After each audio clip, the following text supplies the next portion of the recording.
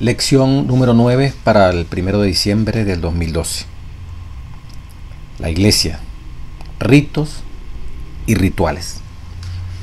Primero definiendo la palabra rito, ¿verdad? Ritos o rito es un conjunto de símbolos, una de las definiciones que aparece en el diccionario Salvat. Conjunto de símbolos agrupados en torno a una creencia, a una idea, pero en este caso nosotros creencia, con el objeto de hacer manifiesto su sentido, engrandecer su carácter solemne. Eso es lo que constituye un rito, un conjunto de símbolos agrupados en torno a una creencia con el objeto de hacer manifiesto su sentido o engrandecer su carácter solemne. Lo vamos a ver en el desarrollo. Rituales. La lección se llama Ritos y Rituales de la Iglesia. Rituales son conjuntos de ritos de una religión o de una iglesia. En el caso de nosotros, ¿cuáles son los ritos? Lavamiento de los pies, la Santa Cena, el bautismo. Maravilloso, ¿verdad? El versículo de memoria, Hechos 2:38. Pedro les dijo: arrepentíos y bautícese cada uno de vosotros en el nombre de Jesucristo, por la autoridad de Jesucristo, ¿verdad?, para perdón de los pecados, y recibiréis ¿qué? El don del Espíritu Santo. El pensamiento clave: Dios instituyó ordenanzas que debidamente comprendidas refuerzan la fe. Esas ordenanzas son estos ritos. Algunas culturas, dice la introducción, tienen ritos de iniciación o ritos de pasaje, de pasar de una etapa a otra, que constituyen el paso de las personas de una etapa de la vida a otra. Por ejemplo, los ritos de la edad adulta se realizan alrededor del comienzo de la pubertad y variaban de un lugar a otro. Todos tenían la meta de asegurar que los jovencitos se formaran para ser personas productivas y responsables como parte de la comunidad. Cuando se hacía el rito del paso de pubertad, allá un joven, a veces algunos indígenas en estas zonas aquí de América del Sur, enterraban a la persona prácticamente, le dejaban solamente la cabeza afuera, y allí duraban varios días, y luego la sacaban. Eso era como una expresión de que la persona pasaba de esa pubertad a una edad adulta, ya era un hombrecito, y luego se hacían una cantidad de ceremonias, ¿verdad?, de caza, de fuerza, de pelea, para demostrar que el muchacho ahora sí era un hombre, como diríamos nosotros en el pleno sentido de la palabra, capaz de asumir responsabilidades, trabajar,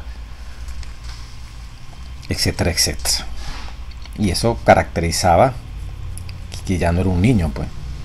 Es como secularmente hoy que si los 15 años de la niña, entonces se hace una fiesta, entonces se toma de manera negativa. Ya a los 15 años ya se puede pintar, usar zarcillo, salir sin pedir permiso, ya se considera como si fuera una señorita, pero con todas las de la ley, cosa que es absurda completamente.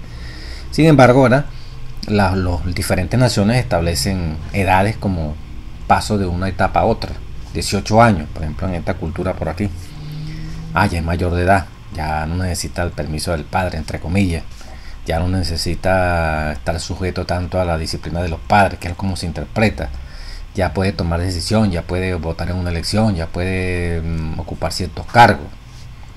O sea, la sociedad también por edad, y en este caso esa edad se convierte en una celebración en el hogar, ya es como si fuera un rito, ¿verdad? Pero en este caso, aplicado a las Sagradas Escrituras, también los ritos tienen las ordenanzas tienen una función básica. En la comunidad cristiana también hay ritos específicos que señalan el compromiso de las personas con la fe que profesa. Lo vamos a ver de qué manera el bautizo, el lavamiento de los pies, la Santa Cena señalan ese compromiso de nosotros con lo que hemos creído. Estos actos sagrados confirman la participación y el compañerismo de una persona en la comunidad y la ayudan a ser miembro fiel de ella. Favorecen la comprensión de lo que incluye su compromiso con Cristo Jesús. De esta semana vamos a analizar estas áreas, de qué manera los ritos nos permiten confirmar nuestro compromiso con el Rey de Reyes y Señor de Señores. El domingo 25 de noviembre de la lección 9 dice: el nombre de los ritos sagrados. Vamos con la definición. Durante las primeras etapas de la iglesia cristiana, dice el folleto, los creyentes de la iglesia cristiana de Oriente, donde el griego era el idioma común, utilizaban la palabra mysterion, lo que nosotros llamamos misterio, para describir los ritos sagrados cristianos. Se llamaban misterio del lavamiento de los pies, el misterio del bautizo, el misterio de la Santa Cena. En el occidente, donde predominaba el latín, entonces empleaban sacramentum, que es lo que se llama sacramento. Un sacramento, en el contexto de los soldados romanos, era el juramento de un soldado romano en el que declaraba su obediencia a las órdenes del comandante.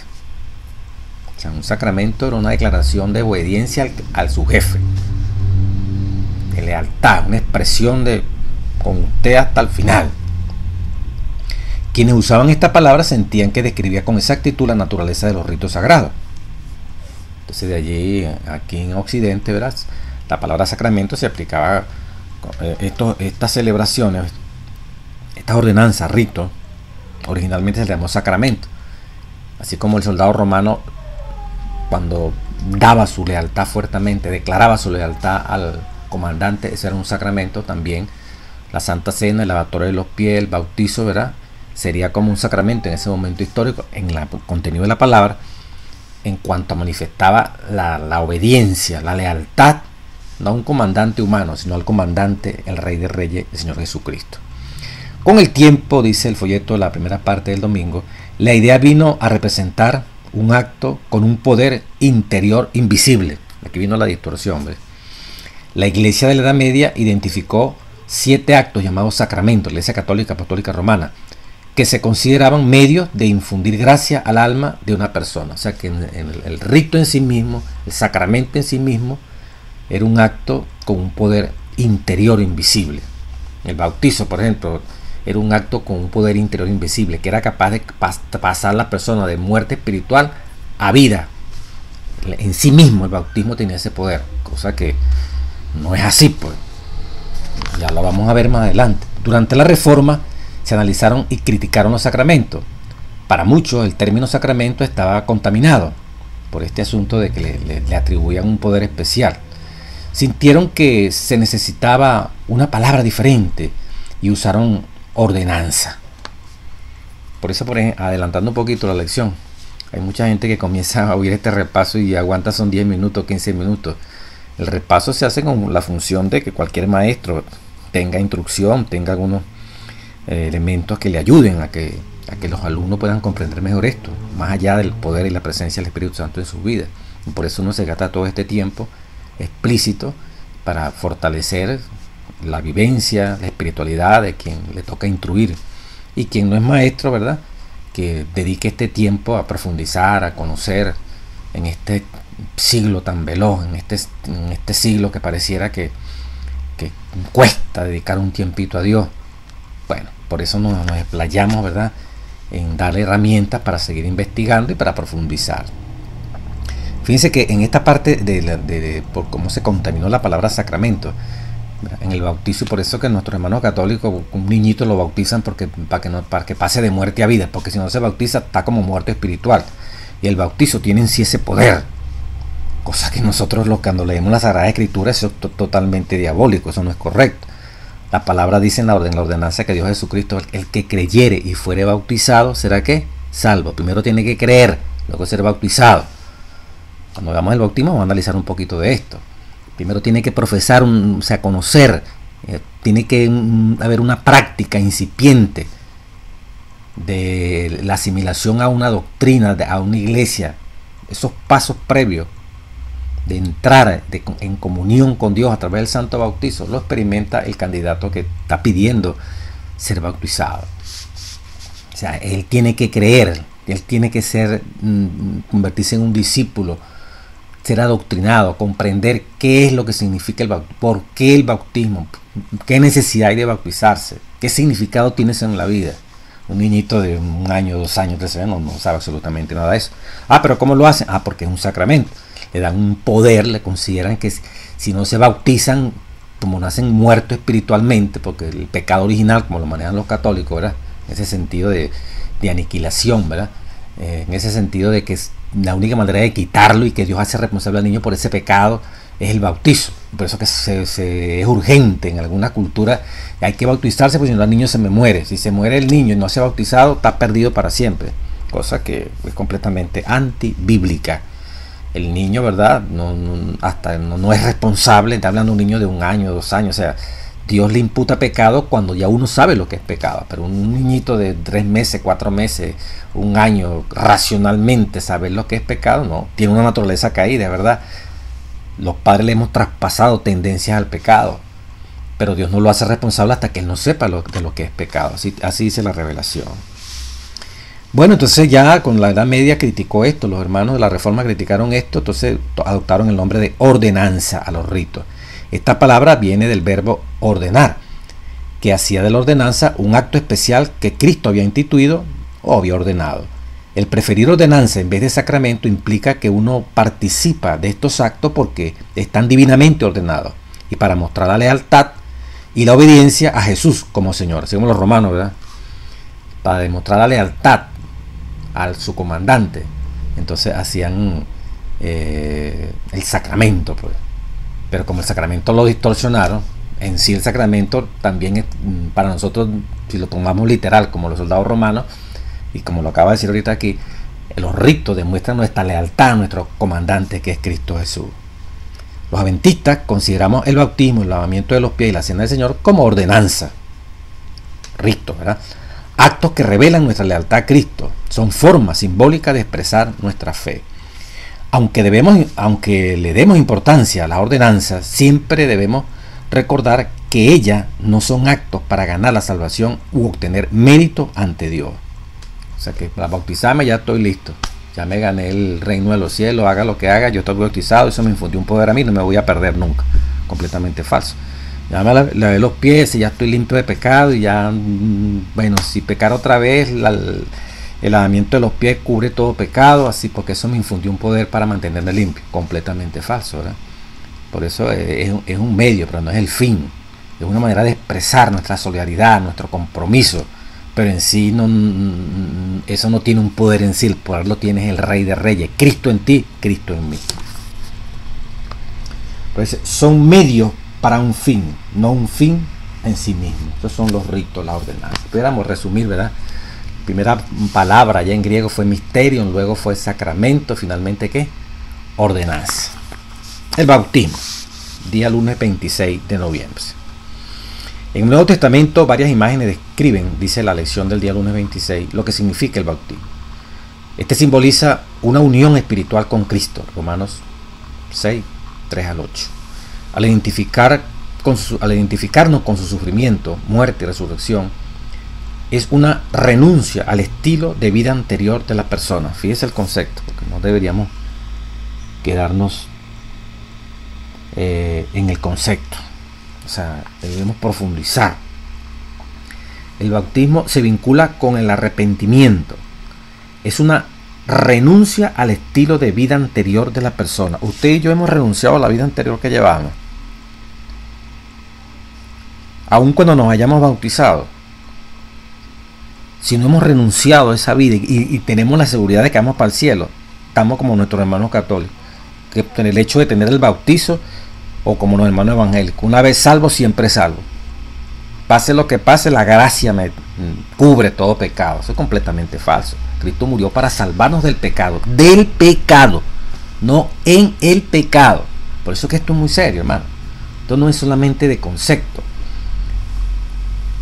Es una renunciar al estilo de vida anterior de la persona que quiere venir en pos de mí. Niéguese a sí mismo, dice la palabra de Dios.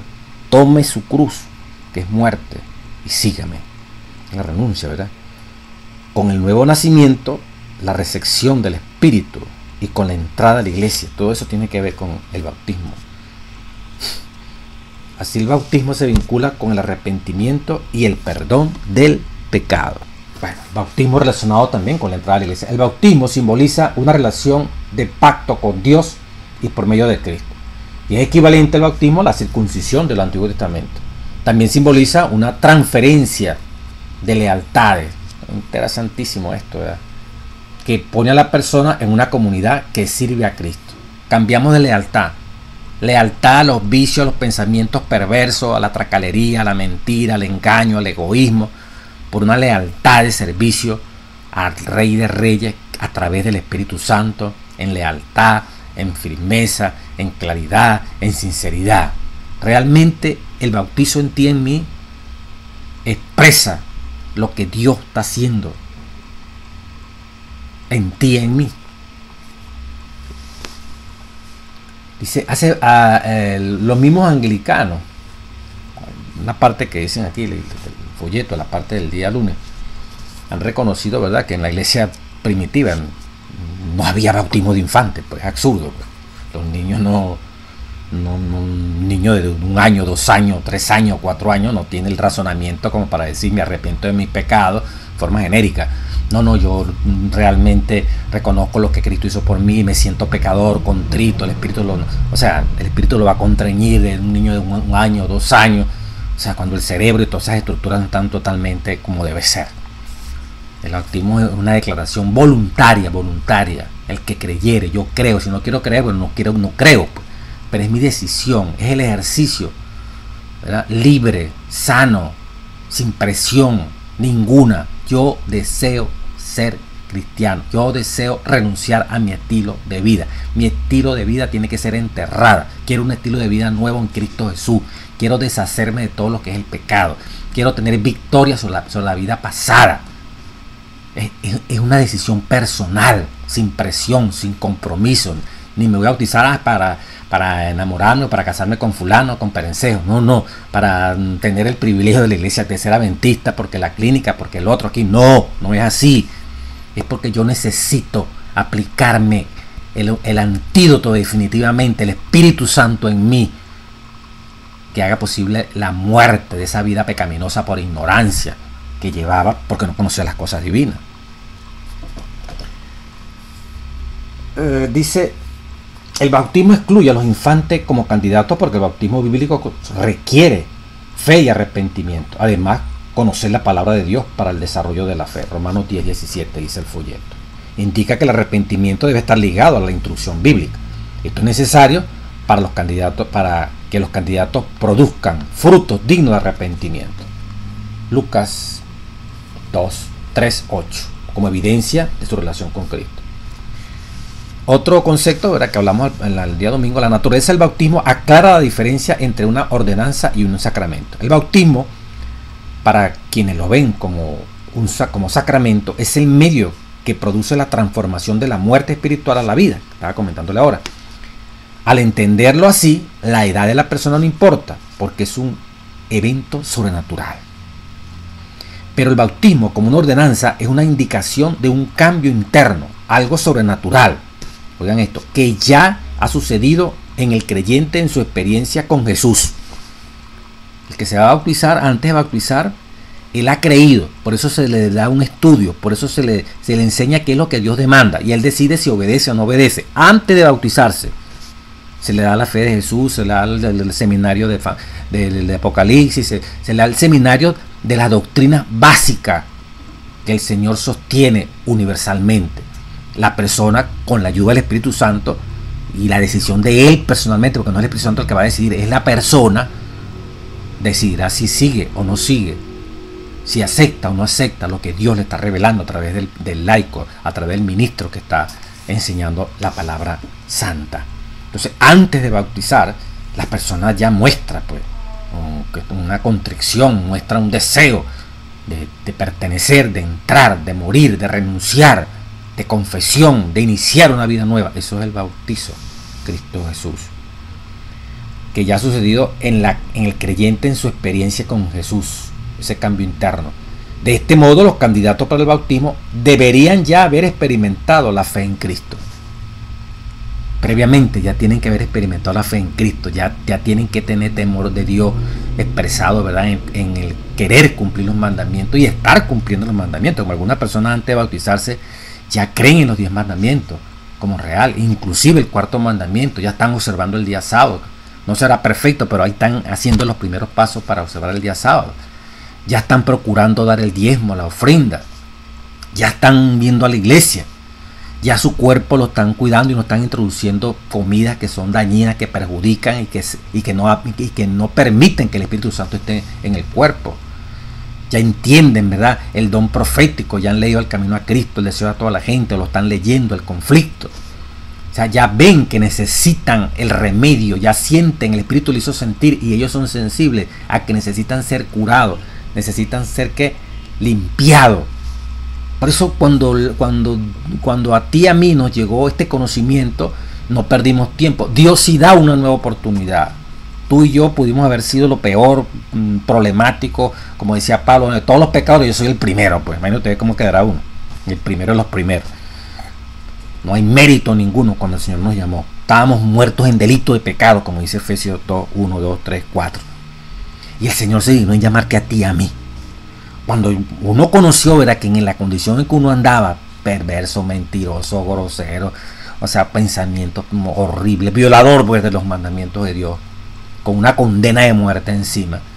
No, inmediatamente el Espíritu mismo, y uno fue obediente. Yo entiendo que necesito ser restaurado. Yo no quiero seguir con este estilo de vida, con este peso de muerte en mi corazón. Entiérrenme. Yo quiero resucitar a una nueva vida. Eso es bautizo. No perder esa oportunidad. No se trata de tanta teoría. Es sentir, ¿verdad?, que hay una oportunidad nueva de ser hombre o mujer diferente, de tener una nueva visión del mundo, de tener nuevos objetivos, de ver la vida diferente, de entender que llevamos una vida desgraciada, miserable, torcida, y que en el mundo no hay nada. Todo es vanidad de vanidades.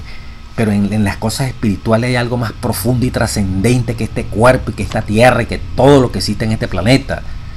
Es tener la presencia de los ángeles, es sentir el dolor de los seres humanos, el gozo de servirle, el gozo de desprenderse para ayudarlo, el gozo de colocar una mano sobre un enfermo y orar por su sanidad, orar para que salga un demonio.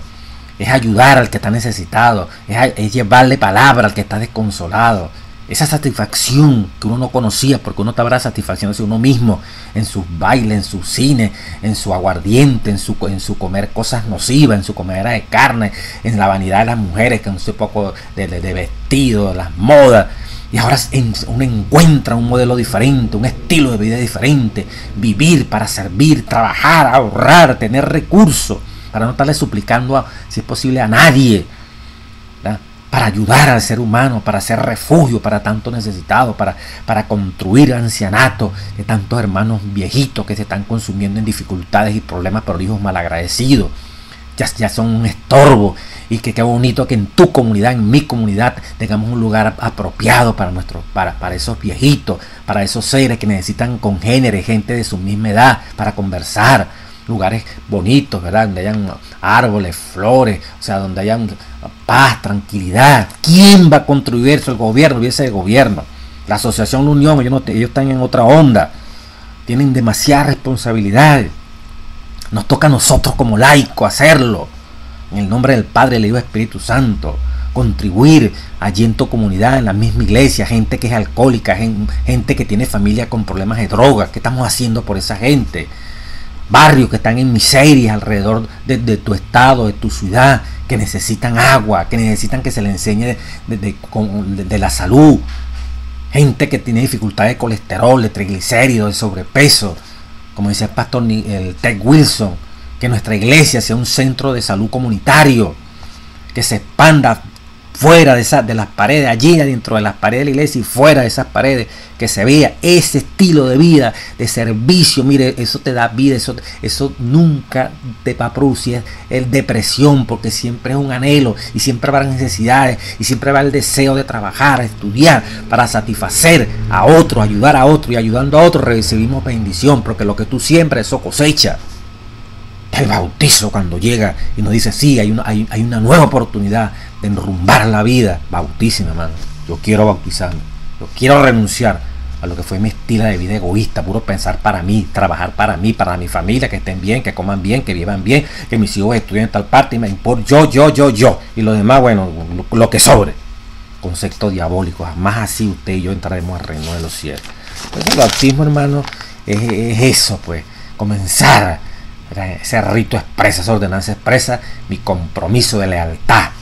Pase lo que pase y suceda lo que suceda, con el poder del Espíritu Santo, esta palabra se sostiene, estar de parte de Cristo. El lavamiento de los pies. Dice el día martes 27 de noviembre. Imagina el dolor que debió haber sentido Jesús cercano a la cruz. La máxima humillación. Cuando vio los discípulos, cuando vio las discusiones entre sus discípulos sobre quién sería el mayor en su reino. Lucas 22, 24 al 27. Qué terrible, ¿verdad? Jesús sentado a la mesa y allí delante de Jesús discutiendo quién sería el mayor. Veamos lo que dice directamente Elena White de esta parte del día martes. Dice el deseo de toda la gente, página 598. Toda la vida de Cristo había sido una vida de servicio abnegado. La lección de cada uno de sus actos enseñaba que había venido no para ser servido, sino para servir. Pero los discípulos no habían aprendido todavía la lección. En esta última cena de Pascua, Jesús repitió su enseñanza mediante una ilustración que la grabó para siempre en su mente y su corazón. ¿Cuál lección? De que Él vino para servir y no para ser servido. En esta última noche, con sus discípulos, dice la página 599, el deseo de toda la gente, Jesús, capítulo 71, un siervo de siervos, Jesús tenía mucho que decirle. Si hubiesen estado preparados para recibir lo que anhelaban impartirle, se habrían ahorrado una angustia desgarradora, desaliento e incredulidad. Pero Jesús vio que no podía soportar lo que él tenía que decirle. Al mirar su rostro, las palabras de amonestación y consuelo se detuvieron en sus labios. Transcurrieron algunos momentos en silencio. Jesús parecía estar aguardando. Los discípulos se sentían incómodos. La simpatía y ternura despertada por el pesar de Cristo parecían haberse desvanecido. Las miradas que se dirigían unos a otros hablaban de celos y rencilla. Hubo entre ellos una contienda. ¿Quién de ellos parecía ser el mayor? Esta contienda continuaba en presencia de Cristo. Esto le apenaba y le hería. Los discípulos se aferraban a sus ideas favoritas de que Cristo iba a hacer valer su poder y ocupar un puesto en el trono de David. Y en su corazón, cada uno anhelaba tener el más alto puesto en el reino.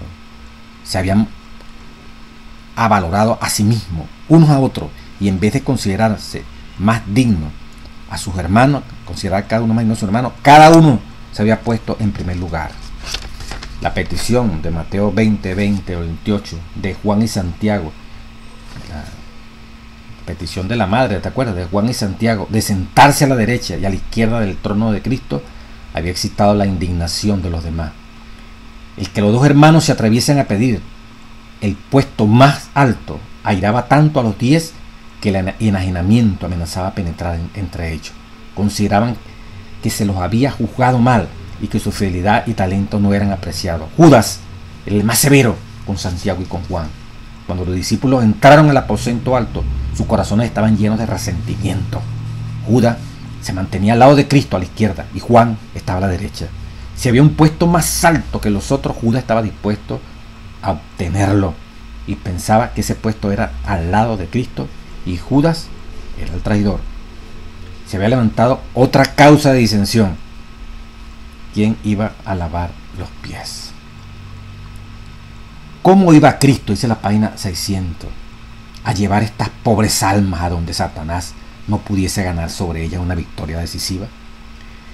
¿Cómo podía mostrarle que el mero profesar ser discípulo no los hacía discípulos? El mero profesar ser adventista no nos hace ser adventistas realmente de los que van allá al reino de los cielos. Ni les aseguraba un lugar en su reino. ¿Cómo podría mostrarle que es el servicio amante y la verdadera humildad lo que constituye la verdadera grandeza? ¿Cómo habría, dice la página 600, estoy leyendo el deseo de toda la gente, cómo habría de encender el amor en su corazón y habilitarlo para entender lo que anhelaba explicarlo? Los discípulos no hacían ningún ademán de servirse unos a otros. Jesús aguardó un rato para ver lo que iban a hacer. Luego el maestro divino se levantó de la mesa y ya usted sabe, tomó la toalla, etcétera, etcétera. Qué tremendo, hermano. Sigue diciendo para abreviar la lectura. Cuando Jesús, página 603, cuando Jesús se ciñó con una toalla para lavar los pies a sus discípulos, deseó por ese mismo acto, oigan, por ese mismo acto, lavar el enajenamiento, la distracción, el embelesamiento, el aturdimiento, el que estaban fuera de sí, la perturbación que tenía. Eso es lo que significa enajenamiento. El acto simbolizaba, ¿verdad? Estaba simbolizando que él estaba lavando el enajenamiento, los celos y el orgullo de sus corazones.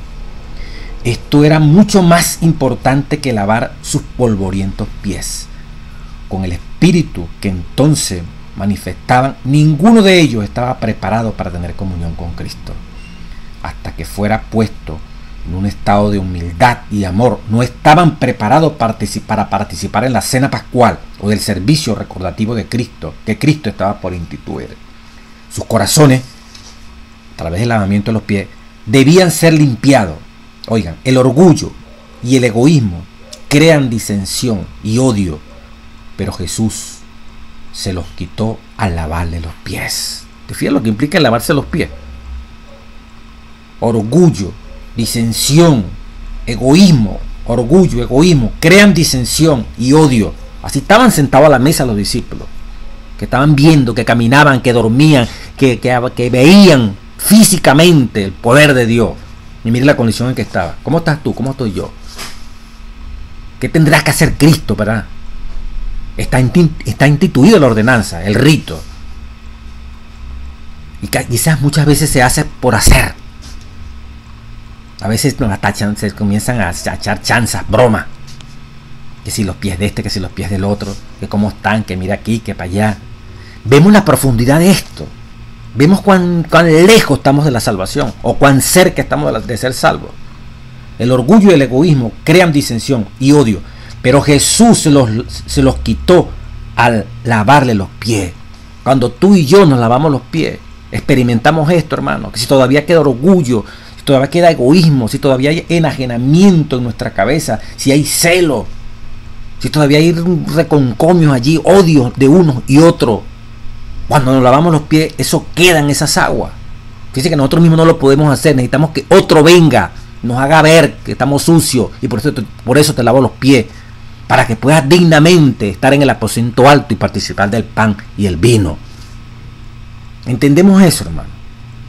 A veces entendemos que no, pónganse antes de la Santa Cena, que no haya disensión, pónganse los que están peleados, o haya una dificultad, arreglenla antes de la Santa Cena. Sí, se va a arreglar, pero cuando estamos lavando los pies, es la expresión de que eso se ha arreglado y que ya nuestro corazón está limpio. Esa agua que le colocamos en los pies del otro le está quitando ese odio, esa rabia, ese espíritu de disensión, ese orgullo.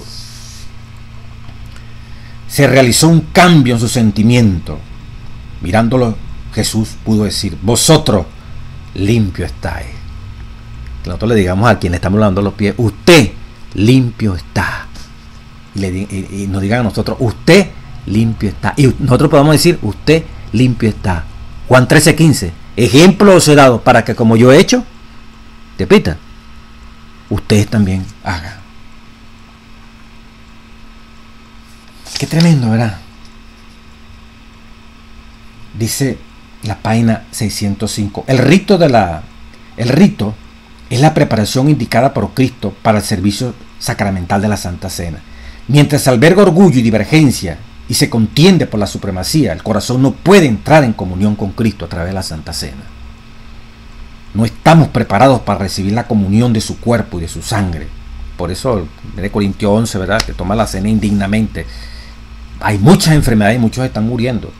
Por esto Jesús indicó que se observase primeramente la ceremonia conmemorativa de su humillación. Al llegar a este rito, los hijos de Dios deben recordar las palabras del Señor de vida y de gloria, página 605, rito lamento los pies. ¿Sabéis lo que os he hecho? Cuando lavo los pies. Vosotros me llamáis maestro y Señor, y decís bien, porque yo soy maestro y Señor. Pues si yo, el Señor y el Maestro, he lavado vuestros pies, vosotros también debéis lavar los pies los unos a los otros. Porque ejemplo os he dado para que como yo os he hecho, vosotros también hagáis. De cierto os digo, el siervo no es mayor que su Señor, ni el apóstol es mayor que el que le envió. Si sabéis estas cosas, felices seréis si las hiciese. Hay en el hombre una disposición a estimarse más que sus hermanos, a trabajar para sí, a buscar el puesto más alto. Y con frecuencia esto produce mala sospecha y amargura de espíritu, así como la mamá de Juan y Santiago: te ordeno, Jesús, que ponga a mis dos hijos, uno a tu derecha y otro a tu izquierda. Eso crea malestar, ¿verdad? Cuando alguien tiene ese espíritu, llámese pastor, llámese anciano, llámese director de canto, llámese cualquier ministerio en la iglesia. Hay en el hombre, ¿verdad?, a trabajar para sí, a buscar el puesto más alto, y con frecuencia esto produce mala sospecha y amargura de espíritu. El rito que precede a la cena del Señor está destinado a aclarar estos malentendidos, a sacar al hombre de su egoísmo y a bajarle de sus zancos, que se cree más que todo el mundo, de exaltación propia, y darle la humildad de corazón que le inducirá a servir a sus hermanos. Esto se cumpla en mí, en ti. Dice: para los que reciben, página 606, deseado de toda la gente, para los que reciben el espíritu de este servicio, el servicio del lavamiento de los pies, no puede nunca llegar a ser una mera ceremonia. Su constante elección será: servíos por amor los unos a los otros. Oigan esto, oigamos esto. Al lavar los pies a sus discípulos, Cristo dio evidencia de que haría, por humilde que fuera, cualquier servicio que los hiciese herederos con él de la eterna riqueza del tesoro del cielo. Entonces mire la aplicación. Su discípulo, al cumplir el mismo rito, tú y yo, al cumplir el rito, la ordenanza del lavamiento de los pies, nos comprometemos a sí mismos a servir a sus hermanos. Cada vez que tú le lavas los pies a un hermano, te comprometes: mira, si yo estoy dispuesto a lavarte los pies, significa que, bueno, que los más bajos, todo lo demás estoy dispuesto a hacerlo por ti. Es un compromiso que adquiero de humildad frente a ti, hermano, hermana, de servirte. Desde lo más humilde, imagínense ustedes, estoy dispuesto a lavarte los pies, estoy dispuesto hasta inclusive a dar mi vida por ti.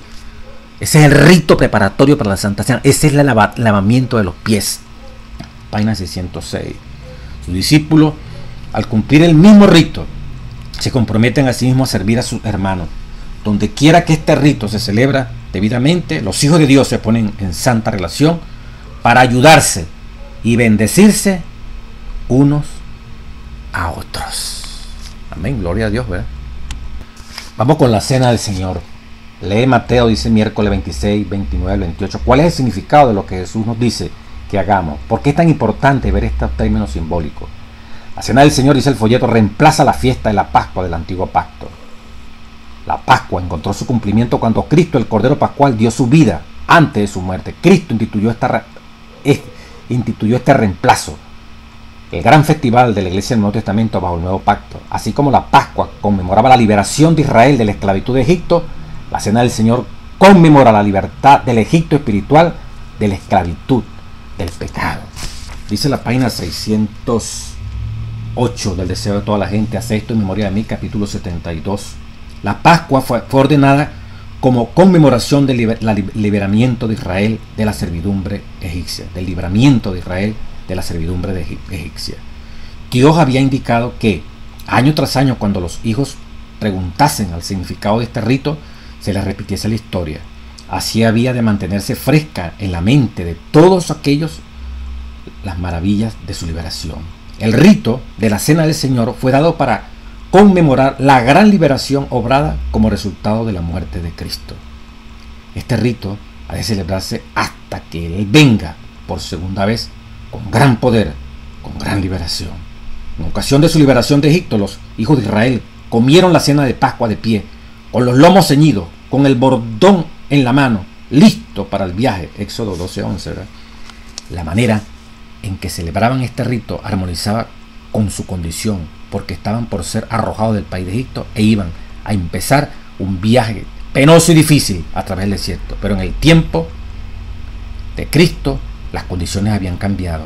Ya no estaban para ser arrojados a un país extraño, sino que moraban en su propia tierra. En armonía con el reposo que les había sido dado, el pueblo tomaba entonces la cena pascual en posición recostada. Se colocaban canapes alrededor de la mesa y comienza a describir allí cómo tomaban la Santa Cena, ¿verdad? La Santa Cena, como decimos nosotros, ¿verdad?, tiene que ver con la liberación, hermano. La liberación obrada como resultado de la muerte de Cristo. La liberación obrada, hermano, como resultado, nada menos y nada más, de que tú y yo hemos sido rescatados del pecado. Ya no somos servidores del pecado. Ya no estamos sumergidos, ¿verdad?, en mentir, en robar, en ser infiel, en ser esclavos de los malos pensamientos. No, hemos sido rescatados. Eso quedó en el lavatorio de los pies, ¿verdad? El bautizo se supone que hizo eso. Entonces todos estos ritos, lavatorio de los pies y Santa Cena, o sea, ratifican nuestro compromiso con Dios. Dice la página 613. Detallitos que son interesantes. Pero el servicio de la conmemoración, la Santa Cena, no había de ser una ocasión de tristeza. Tal no era su propósito. Página 603, el deseo de toda la gente. Mientras los discípulos del Señor se reúnen alrededor de su mesa, tú y yo no han de recordar ni lamentar su falta. Porque a veces pareciera que fuera como si fuéramos católicos. Cuando vamos a la Santa Cena tenemos la cabeza agachada. Señor, perdónanos, limpia, nos purificamos de toda maldad, Señor. Yo pequé, pero yo quiero estar limpio en ti. Permite que tomar este pan yo sea digno, Padre. Mi pecado me separa de ti. Perdóname, limpia. Olvídese de eso. Usted no es católico. Usted ha sido redimido en la sangre de Cristo Jesús. Oigamos lo que dice aquí. Mientras los discípulos del Señor se reúnen alrededor de su mesa, no han de recordar ni lamentar su falta. No han de espaciarse en sus experiencias religiosas pasadas, hayan sido estas elevadoras o deprimentes. No han de recordar las divergencias existentes entre ellos y sus hermanos. El rito preparatorio ha abarcado todo esto. Se supone que usted se lavó los pies, yo me lavé los pies. Todo eso quedó allá atrás. Ahora, cuando estamos frente al pan y al vino, símbolo del cuerpo y la sangre de Cristo, ahora estamos gozosos, hermanos, con alegría. Cosas viejas pasaron. Ahora Cristo lo vamos a aceptar nuevamente. Vamos a comer su carne y su sangre simbólicamente. Y directamente, literal, vamos a demostrar nuestra lealtad nuevamente. Cada 3 meses al Rey de Reyes. Tenemos un jefe, tenemos un Señor, que es Cristo Jesús.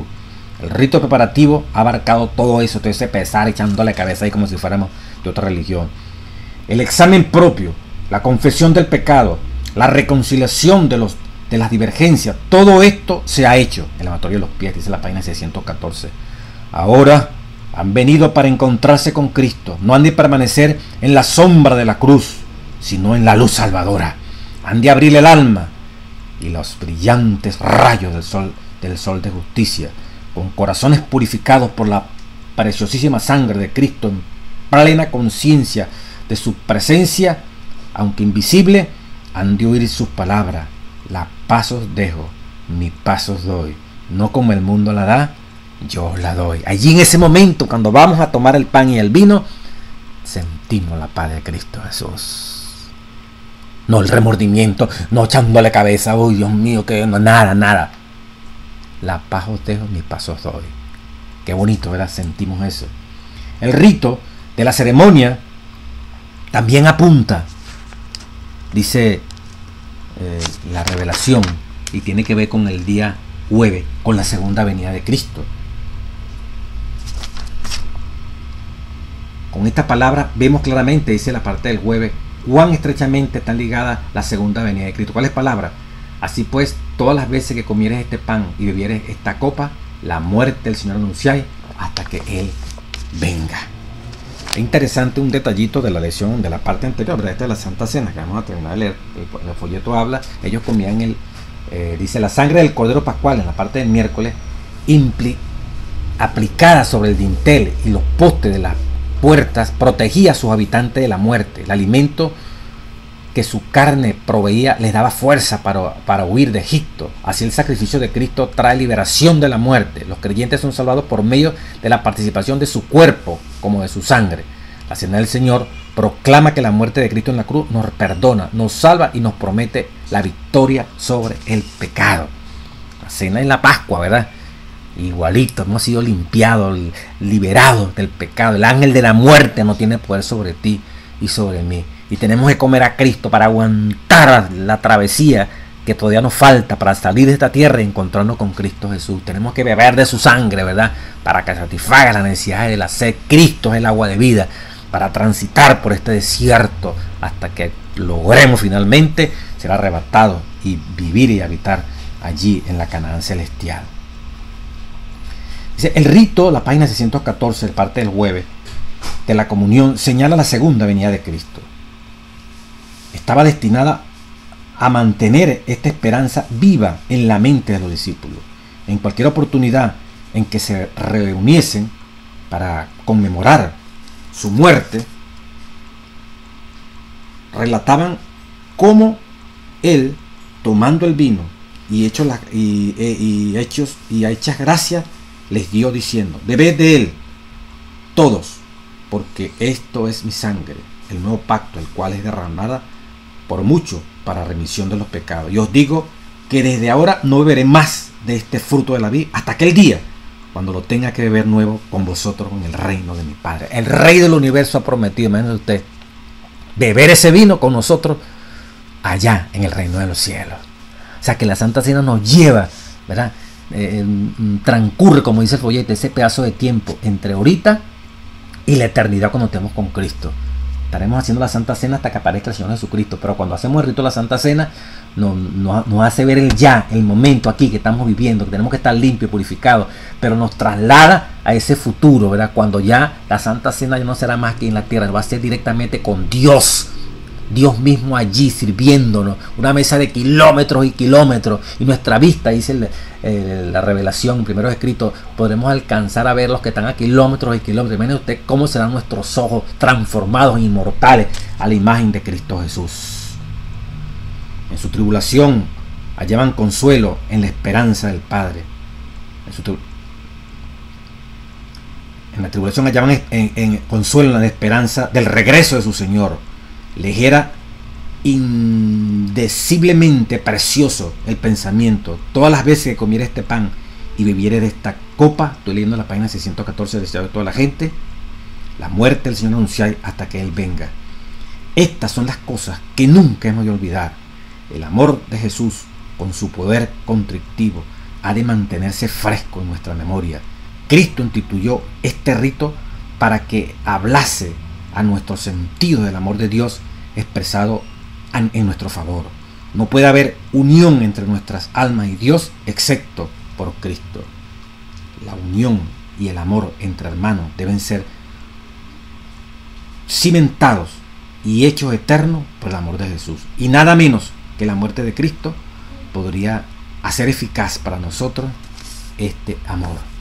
Es únicamente por causa de su muerte por la que nosotros podemos considerar con gozo su segunda venida. Su sacrificio es el centro de nuestra esperanza.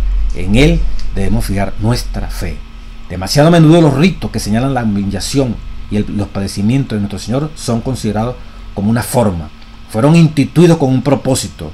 Nuestros sentidos necesitan ser vivificados para comprender el misterio de la piedad. Bueno, esto es maravilloso, ¿verdad? Mire este pensamiento. Página 615. Nuestro Salvador dijo, si no comieres la carne del Hijo del Hombre y bebieres su sangre, no tendréis vida en vosotros. Porque mi carne es verdadera comida y mi sangre es verdadera bebida. Oiga esto, hermano. Esto es verdad acerca de nuestra naturaleza física. Oiga esto. A la muerte de Cristo debemos aún esta vida terrenal. A la muerte de Cristo debemos aún esta vida terrenal, porque Cristo murió en la cruz. Todos los seres humanos están vivos en esta tierra. Si no hubiera muerto en la cruz, quién sabe de nosotros. Explicación: el pan que comemos ha sido comprado por su cuerpo quebrantado. El agua que bebemos ha sido comprada por su sangre derramada. Página 615, deseo de toda la gente. Nadie, santo pecador, come su alimento diario sin ser nutrido por el cuerpo y la sangre de Cristo. La cruz del Calvario está estampada en cada pan, está reflejada en cada manantial. Todo esto enseñó Cristo al designar los emblemas de su gran sacrificio. La luz que resplandece del rito de la comunión realizado en el aposento alto hace sagradas las provisiones de nuestra vida diaria. Lo que pasó en la Santa Cena hace sagradas las provisiones de alimento de todos los días.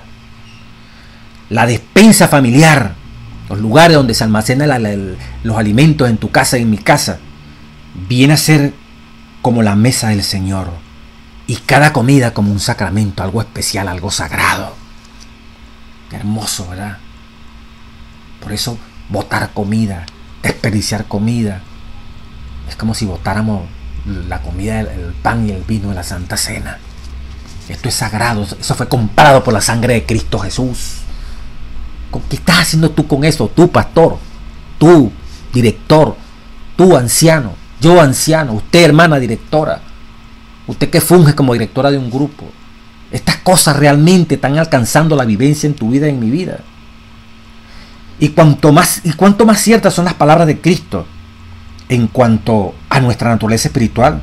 Él declara: el que come mi carne y bebe mi sangre tiene vida eterna.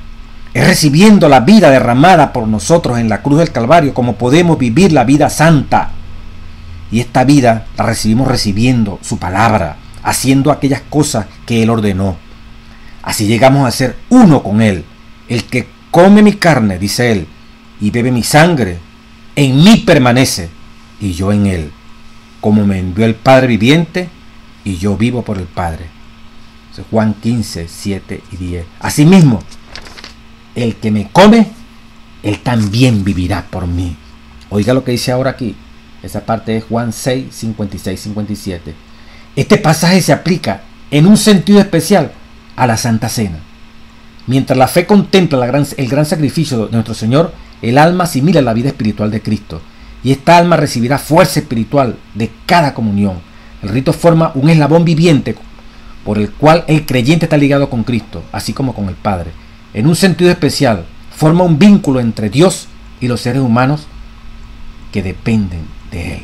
Al recibir el pan y el vino, que simbolizan el cuerpo quebrantado de Cristo y de su sangre derramada, nos unimos imaginariamente a las escenas de la comunión en el aposento alto. Parecemos pasar por el huerto consagrado por la agonía de aquel que llevó los pecados del mundo. Presenciamos la lucha por la cual se obtuvo nuestra reconciliación con Dios. El Cristo crucificado es levantado entre nosotros. Contemplamos al Redentor crucificado, comprendemos más plenamente la magnitud y el significado del sacrificio hecho por la majestad del cielo. El plan de salvación queda glorificado delante de nosotros y el pensamiento del Calvario despierta emociones vivas y sagradas en nuestro corazón. Habrá alabanza a Dios y al Cordero en nuestro corazón y en nuestros labios, porque el orgullo y la adoración del yo no pueden florecer en el alma que mantiene fresca en su memoria la escena del Calvario. Hermano, en eso es que ha transcurrido la lección, en ver la importancia de estos ritos. Termino con dos citas del día viernes que son interesantes. El bautismo es un rito muy sagrado e importante y su significado debe comprenderse cabalmente. Significa arrepentirse del pecado, iniciar una nueva vida en Cristo. No debe haber indebido apresuramiento para recibir este rito. Calculen el costo tanto los padres como los hijos. Oye, los testimonios tomo 2, página 391.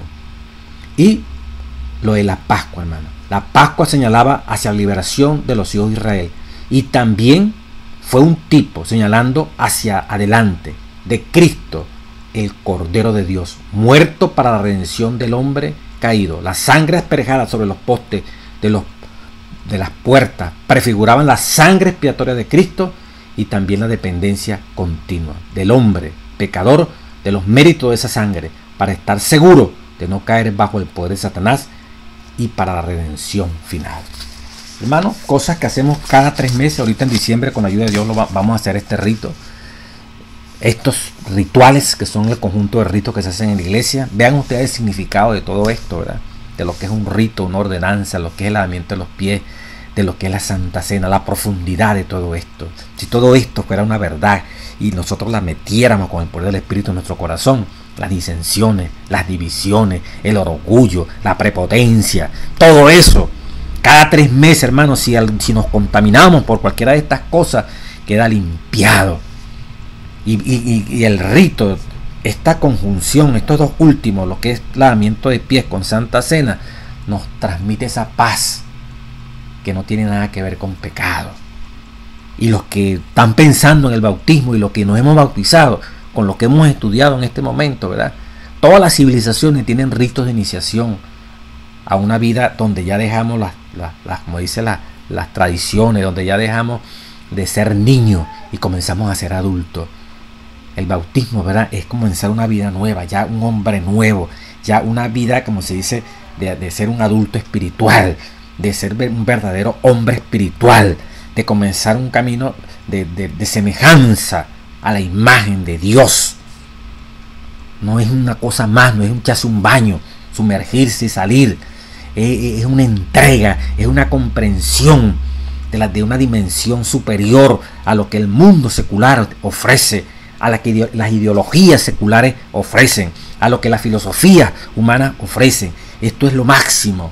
Esto te da una perspectiva, ¿verdad?, que trasciende este planeta, trasciende tu país, trasciende tu pueblo y nos une, porque es ese deseo de servir y servir y servir, ese deseo de morir, de escapar del reino del demonio y entregar de nuestra lealtad a Dios a través del bautizo. Y cada 3 meses, ¿verdad?, si no hemos contaminado, que nuestros pies sean lavados para ser idóneos y sentarnos y sentir la paz de Cristo cuando tomamos la Santa Cena. Eso es lo más maravilloso que una familia puede experimentar. Dios bendiga a nuestra iglesia y nos ayude en este transitar que terminará muy pronto con el regreso triunfal de Cristo Jesús a esta tierra. Pero que en este momento ese Cristo tiene que estar aquí dando vida, fortaleciendo a través del Espíritu Santo nuestra experiencia, mostrándole al mundo que sí hay una iglesia verdadera, que no es puro bla bla, no es puro hablar, no es puro romanticismo, no es pura música mundana, no es pura música contaminada, que ya ni siquiera es de verdad alabanza en muchas iglesias. Una iglesia que adora a Dios porque le ama, y si le ama es porque sirve y alabado sea el nombre de nuestro Dios.